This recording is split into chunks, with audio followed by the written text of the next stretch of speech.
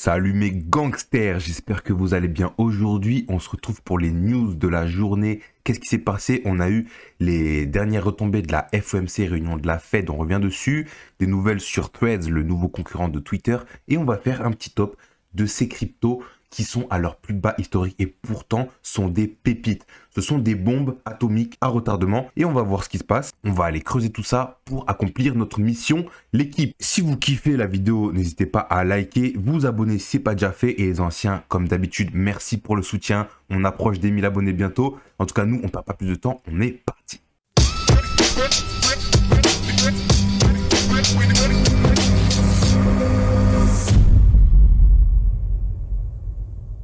Réunion de la Fed hier, Powell qui a parlé avec quelques-uns. Bon, sans surprise, on a des réactions un peu mitigées. Est-ce que les taux vont monter? Est-ce qu'ils vont baisser? Le consensus n'a pas changé, il est de deux fois. Il y en a certains qui disent une fois, mais eux, ils ont un peu un discours en demi-teinte. Le président Jérôme Powell a dit que il était temps de faire une petite pause, d'être moins agressif avec la montée des taux. Je vous rappelle que leurs arguments, il faut les prendre avec des pincettes. Ils vont jamais tout nous dire sous peine de justement manipuler le marché. Entre guillemets, eux, ils veulent pas que leurs informations manipulent trop le marché. Mais ils disent que voilà, les taux ont vraiment beaucoup monté et maintenant, il serait temps de faire une pause peut-être pour continuer de les augmenter le trimestre prochain, etc. Donc en juillet, on ne sait pas vraiment ce qui va se passer. Ils disent qu'ils n'excluent pas de monter les taux une dernière fois en juillet pour ensuite faire une pause. C'est recevable. Je crois que le prochain meeting, c'est fin juillet. Là, bientôt, on ne va pas trop tarder à y arriver. Est-ce qu'ils vont monter les taux? Moi, je pense que... On verra, bien sûr. Mais je pense que s'ils montent les taux, c'est soit 0,25%, pas plus, ou qu'ils fassent une pause. Et ensuite, ils nous disent qu'ils vont continuer en fin d'année d'augmenter les taux, peut-être en septembre, fin d'année décembre. Mais c'est pas du tout exclu qu'ils le fassent pas, en fait, le gang. Parce que eux, ils ne veulent pas affoler les marchés. Mais je vous rappelle qu'on a eu une faillite bancaire qui a failli se produire. Donc eux, c'est au dernier moment qu'ils vont inonder le marché de liquidité. Et en fait, il ne faut pas oublier que à chaque fois qu'on a eu un retournement de marché, c'est parce que c'était la merde en fait. C'est parce que c'était des dégâts et pour éviter une chute des banques, d'un coup, le président de la Fed arrive tel un héros. C'est ce qu'on voit dans les journaux du capital ensuite, comme quoi ils auraient sauvé les marchés en baissant les taux. En fait, c'est ce qu'il faut. Il ne faut pas oublier que Jérôme Powell, lui, il veut que l'inflation soit à moins de 2%. C'est la mission de la Fed, c'est inflation à moins de 2%. Mais il ne faut pas oublier qu'il a des objectifs personnel, professionnel, en fait. Lui, il veut que son mandat, il ait servi à quelque chose. Donc, c'est pas du tout exclu qu'ils augmentent, deux fois les taux, qu'on arrive vraiment dans une merde, incommensurable, et que là, sauveur. Donc, ils nous disent que la récession va sûrement arriver plus tard. Donc, on a eu ça, en fait, toute l'année. L'année dernière, il n'y avait pas de récession, c'était plus tard. Ensuite, deuxième trimestre, plus tard, le Q1, c'était au Q2, ensuite c'était au Q3, au Q4. Aujourd'hui, on nous dit que la récession pourrait arriver début 2024. Donc voilà, à chaque fois, on voit qui repousse, donc il ne faut pas vraiment s'y fier. Mais on a des discours un peu plus conciliants, comme quoi il faudrait que on commence à amorcer peut-être une inversion des taux. Mais voilà, pour l'instant, ça reste mitigé. Vous connaissez mon avis. Moi, je pense qu'on est sur les dernières hausses, qu'on va arriver sur un plateau qui vont nous dire que comme la récession arrive, ils vont continuer de les augmenter et qu'au moment où c'est la merde, où personne s'y attend, boum, ils repassent en négatif. Quand ça va arriver, moi je pense fin d'année, début d'année prochaine, au moment où il y aura justement cette récession. Donc il me semble que voilà, la prochaine réunion c'est le 25-26. Et on a un gangster qui nous a dit dans la dernière vidéo, je disais que dans les années 80, vous aviez des taux à 11% et que du coup vous gagnez 11%. J'ai fait une erreur. Il nous dit que ça n'a rien à voir avec le livret A. Alors attention, bien sûr que si, ça a un rapport avec le livret A, parce que le taux du livret A est directement proportionnel au taux des banques centrales. Parce qu'un taux directeur, c'est ce que les banques centrales reçoivent comme intérêt quand ils prêtent de l'argent, mais ça influe directement aussi sur les dépôts des banques, ce qui influe directement sur vos taux d'épargne de livret. Bien sûr, il y a l'inflation à prendre en compte. Donc quand vous avez un taux directeur à 11%, pour vous faire gros, vous allez avoir des taux de livret à peut-être 5% et les plus gros livrets à 7%. En tout cas, voilà, c'est juste le petit détail, mais quand les taux sont hauts, les rendements sont hauts et c'est pour ça que les marchés se vident. En tout cas, nous, on va suivre l'actualité pour voir la température de l'eau un peu et quand est-ce qu'il sera le plus opportun d'investir, même si vous savez, pour moi, c'est maintenant. Des nouvelles de Threads, le nouveau concurrent de Twitter lancé par Meta, donc oui, Instagram qui est de Meta, je rappelle, Meta c'est Facebook et Instagram, donc le nouveau concurrent qui débarque aujourd'hui, mais on n'en a pas le droit en Europe. En Europe, il n'y a pas le déploiement.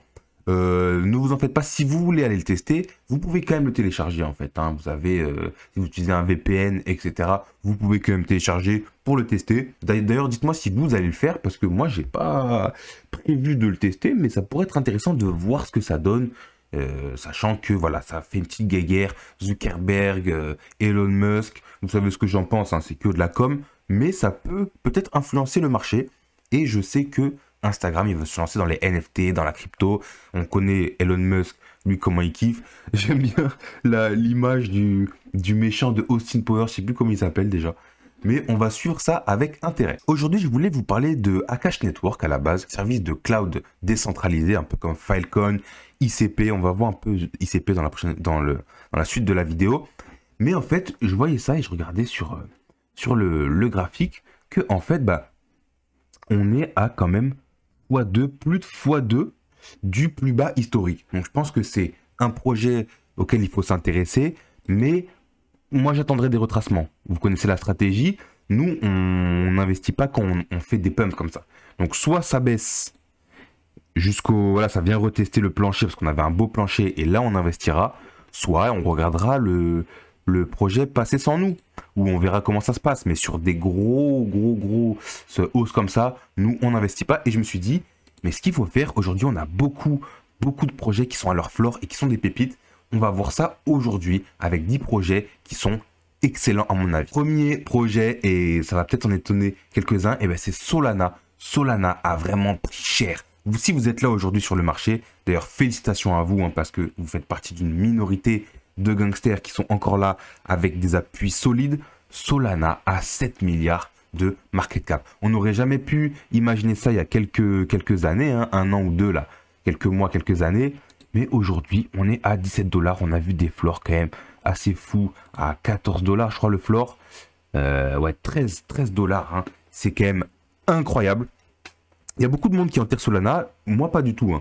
Et il y a eu FTX, il y a eu beaucoup de choses qui vont pas et qui sont pas allés, qui vont toujours pas chez Solana, mais il faut pas oublier que c'est un des plus gros projets avec les plus gros investisseurs dessus. Il y a vraiment des grosses mains qui sont dessus. Et moi, je pense que faire un petit DCA sur Solana, c'est vraiment pas une mauvaise idée parce qu'ils construisent tous les jours quand même. Et niveau marketing, ils sont très bons. Il y a beaucoup de projets qui sont dessus. Voilà, on a une capitalisation de marché de 7 milliards et dilué, c'est 10 milliards. Donc franchement, c'est assez bon pour la tokenomics, mais c'est pas ça qui va influencer vraiment le prix du token. Je pense que pendant le prochain bull run, là Solana c'est pas le projet sur lequel je vais investir le plus. Voilà, il y a beaucoup de choses qui sont nouvelles et qui vont exploser, mais c'est très intéressant de regarder Solana. Regardez les prochains mois s'il y a des pumps de Solana. Si Solana fait des petits x2, x3, hein, pendant que tout le monde l'oublie, attention, c'est un des plus gros acteurs du marché, donc à noter. Deuxième token, voilà, Illuvium, vous connaissez ma position dessus, regardez-moi ça aujourd'hui, on a fait moins 5%, excellent. Et bien moi, aujourd'hui, je vais un peu avancer la date de mon DCA, je vais mettre un petit billet dessus, parce que voilà, on est sur des floors en fait. Hein. On est sur les floors, Illuvium, un projet qui est juste incroyable. Hein. On en a déjà parlé sur la chaîne, on refera des vidéos dessus, hein. Le travail est juste fou, et la hype, elle est réelle. C'est le jeu le plus hypé, en fait, dans la DeFi. Si vous croyez à la GameFi, au Play to Earn, c'est le jeu le plus hypé, où il y a le plus d'attentes. Donc moi, aujourd'hui, je remets un petit bac. Voilà, j'ai beaucoup investi ici, j'ai investi là, et là, ici, j'ai pas investi. J'attendais de voir ce qui se passe, et bien, j'ai bien fait. Regardez-moi ça. Aujourd'hui, c'est le jour où je vais investir. Alors, attention, c'est pas parce qu'on est sur les floors, je le rappelle, hein, je fais les tops des floors, mais c'est pas parce qu'on est sur les floors qu'on peut pas faire des plus bas historiques encore et encore et encore. Illuvium, on peut aller à 20 €, peut-être. Vous voyez, ça, j'en sais rien du tout. Je suis pas Madame Irma. C'est pas un conseil en investissement. Vous le savez bien si vous êtes sur la chaîne. Moi, je vous parle de ce que je vois sur le marché et de mes analyses personnelles. Et pour moi, Illuvium, il y a vraiment un coup à jouer. Gala, on n'en parle pas souvent depuis un moment. Gala, voilà, pareil, hein, la petite chute. Aujourd'hui, on a une petite chute des altcoins. Hein. Excellent. Moi, vous savez ce que je pense de Light Season. Elle va pas se faire maintenant. Moi, je pense qu'elle va pas se faire maintenant, j'en sais rien du tout. J'investis dans tous les cas, de toute façon. Hein. Mais je pense que cet été, ça va être très calme. Ça va vraiment faire sortir tout le monde. Parce que les gens, ils partent en été, ils ont envie de profiter. Vous voyez, moi, je vais partir un peu, me faire un petit tour en août. Je vais faire ça sobrement. Parce que justement, ce moment-là, je veux pas lâcher mes prises sur le marché. En tout cas, moi, je vois que les gens, ils prennent des profits ou ils prennent des pertes, hein, plutôt, puisqu'on est quand même au plus bas du marché. Vous voyez, regardez-moi ce graphique. Regardez-moi ce graphique. Gala Games, quand même, qui est un projet vraiment excellent et très ambitieux. Eh bien, je commence mon petit DCA. Voilà, c'est un projet sur lequel j'étais. Je suis sorti, voilà, quand on était ici, je suis pas mal sorti. Et je suis pas re-rentré quand on était au plus bas. Et bien là, je reprends un peu du Gala. Gala qui est vraiment une marketplace de jeux. Mais il n'y a pas que ça, en fait. On sait qu'il y a Gala Musique qui arrive, un des secteurs qui va être primordial, si vous voulez mon avis, avec la blockchain. On a Gala Film aussi. Ils essayent un peu d'être un peu tentaculaires, si vous voyez ce que je veux dire. Et vraiment très hypé. Il y a une communauté qui est extrêmement forte. Et surtout, je pense que les gens, quand ils vont arriver, quand va y avoir la FOMO, sur Gala, on va voir des choses, mais juste ahurissantes.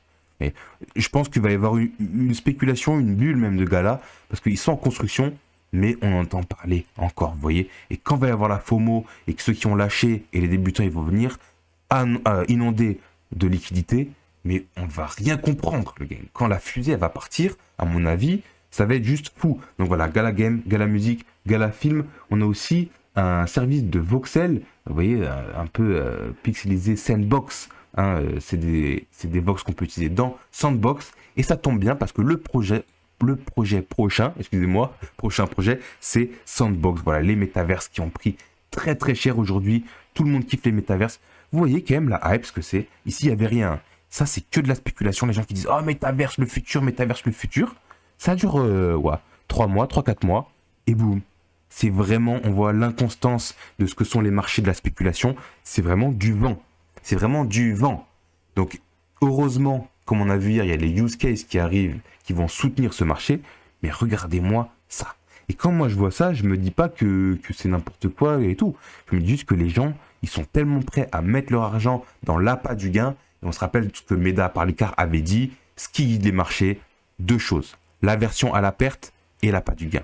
C'est deux choses, les deux seules choses qui guident et qui ont toujours guidé les marchés et les humains en général, en fait, hein, depuis des temps immémoriaux, ça a été ça, l'aversion à la perte et l'appât du gain. Et quand on arrive tout seul chez nous le soir, il reste quoi?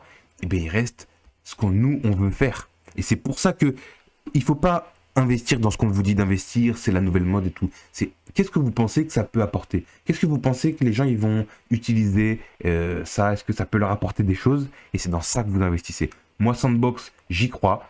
Donc franchement, je vais commencer mon petit DCA, sachant que j'ai eu Land depuis peu. Voilà, je l'ai acheté là quand on a eu les problèmes avec la SEC et qu'on a fait un gros pic descendant. J'ai acheté une Land et on a 60% d'APR de stacking, ce qui est excellent. Donc je vais commencer un petit DCA et les mettre sur mon petit Land. Et nous, d'ailleurs, on verra ce qu'on va faire dessus parce que je n'achète pas juste pour la spéculation. On va essayer de faire quelque chose de ce Land. Hein. Ce que j'aimerais bien faire, dites-moi ce que vous en pensez, c'est faire une petite galerie d'art d'NFT de vrais artistes. Bah, à terme, bien sûr, ce serait bien. Vous voyez, des artistes qui veulent se lancer, qui sont talentueux, sachant qu'on a une Land Premium qui va être beaucoup traversée, il va y avoir beaucoup de trafic. J'aimerais bien mettre des petites œuvres d'artistes qui débutent, parce que j'adore l'art, j'ai vécu dedans au début, donc dites-moi ce que vous en pensez, ce qu'on va en faire. En tout cas, Sandbox, un des projets préférés du game. Algorand, pareil, qui chute comme tout le monde. Le token oublié, regardez-moi, on fait des plus bas, de plus en plus bas. Et là, on a un exemple. Vous voyez, on avait des fleurs ici, là. Des fleurs. Et là, on a brisé. Les fleurs, ils étaient à 13. Et là, boum, à 10 centimes. Alors, est-ce qu'il faut en tirer Algorand? Est-ce qu'il peut aller à 0? Oui. Est-ce qu'il peut disparaître? Oui. Malgré tout, c'est une des blockchains d'infrastructure les plus complètes. On rappelle qu'ils ont des partenariats avec la Banque d'Italie quand même, hein. C'est pas n'importe quoi. Il y a des gros fonds d'investissement qui sont derrière. Donc n'enterrez pas trop vite Algorand. Ceux qui avaient investi sur Algorand et qui, là, vous voyez faire des fleurs. Je vous dis pas de pas vendre. Je suis pas conseiller, je sais pas ce qui va se passer. Mais personnellement, là, j'ai commencé à investir. Et ben là, je reprends un DCA sur Algorand. Il est hors de question que je vende du Algo à 10 centimes. Parce que je pense que vraiment, ça peut... Voilà, on peut imaginer un x100, hein. c'est possible, hein. On a déjà été aux 2 dollars, pourquoi pas être à 10, hein. On verra comment le projet il évolue. En tout cas, moi, Algorand, je le note dans mon carnet. Polkadot, on en a un tout petit peu parlé hier, pareil, il prend cher là. C'est excellent pour nous, pour ceux qui rentrent, c'est excellent. Pour ceux qui étaient déjà dedans, ne perdez pas espoir. En plus, regardez, on peut aller aux 4 euros, hein. On peut encore aller aux 4 euros. On n'est pas exactement au floor, on est à plus de 20% du floor. Bon, c'est pas énorme hein, quand même, hein. Les tops sont à x10, alors que Polkadot, il n'y avait rien du tout. Et c'est quand même un des projets les plus attendus de la blockchain. Donc, si vous croyez à la crypto-monnaie, Algorand, pareil, à ne pas enterrer plus vite que la musique. Je rappelle, c'est l'interopérabilité. Un des domaines qui va être nécessaire pour l'adoption des blockchains. Donc vraiment, si la crypto marche, pour moi, en tout cas c'est ce que je pense, Algorand marche, c'est certain. En parlant d'interopérabilité, on a NIR Protocol qui travaille dans ce secteur, qui prend cher aussi comme tous les projets dont je vous parle aujourd'hui, qui prend moins 4%, bon, cher. Si vous êtes ici aujourd'hui sur le marché, vous en avez vu d'autres, hein. Vous en avez vu d'autres, mais c'est vrai que ça peut être extrêmement éprouvant émotionnellement de rester sur des marchés. Vous avez l'impression que voilà, on perd alors que on parle d'IA, on parle de investir dans l'immobilier, partir en vacances, il y a plein de choses à faire. Et nous, on est là à perdre de l'argent comme des imbéciles, comme des perdants. Et bien écoutez, moi je suis fier d'être là et je vais être têtu. Je vais être têtu. Si c'est ça être perdant, et bien je continue moi. NIR Protocol, je commence mon DCA aujourd'hui. Donc ça veut dire que mon DCA que j'avais prévu à la base, je le mettais juste dans 2 ou 3 projets, c'est-à-dire Illuvium et Casper. Et bien maintenant, je vais commencer à diversifier parce que je commence à avoir un bon bac de Casper, un bon bac d'Illuvium et j'ai pas de NIR, j'ai pas assez de Polkadot, j'ai pas de Gala. Il va falloir remédier à ça. Donc NIR Protocol, interopérabilité, c'est un projet qu'il faut que je creuse un peu plus. On fera un dossier exclusif dessus dans les prochains jours. Là, je vais faire un petit travail d'analyse dessus. Dites-moi ce que vous en pensez. Et voilà, hein, NIR Protocol, pépite à ses plus bas historiques. Pour finir, ICP. Bon, je sais qu'il y a un gangster, Diego, qui adore ce projet. Moi, c'est pas un projet dans lequel je suis. Donc, on a vraiment un floor là. Là, on est sur un floor depuis longtemps. Il y a eu des gros cafouillages au lancer. Mais je pense que c'est pas un projet à jeter à la poubelle. Parce que quand même, ça reste comme Akash dont je voulais vous parler au début, du cloud computing, comme il y a encore Filecoin, etc. C'est des choses qui vont vraiment être nécessaires. Parce que plus il va y avoir de monde dans la blockchain, plus il va y avoir de mineurs, plus il va y avoir une demande de données. D'ailleurs, on parle de l'IA. L'IA a besoin de données. L'IA a besoin de beaucoup de données et le cloud computing, ça va être nécessaire à ces avancées. Donc, ICP à ne pas jeter. Attention, Diego, quand même, ne fais pas de all-in. Enfin, après, je dis ça, fais un all-in si tu veux. Qu'est-ce que je dis? Je ne suis pas ton professeur, je ne suis pas conseiller financier. Et s'il faut, ta stratégie est la gagnante.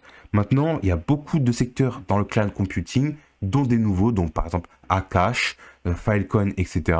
Ça peut être intéressant de se diversifier un peu. Je ne dis pas de lâcher ICP, hein, parce que ICP, il y a quand même des gros investisseurs derrière, des non sérieux. Mais il y a eu un petit cafouillage, donc prudence, toujours garder la prudence, mais de toute façon sur tous les projets, même Casper, etc. Donc voilà pour ce top 10 projets crypto à leur floor qui peuvent exploser. J'espère que ça vous a plu. Franchement, n'hésitez pas à liker si vous avez kiffé les informations. Là, on arrive sur les 825 abonnés à peu près. Franchement, ça me fait ultra plaisir.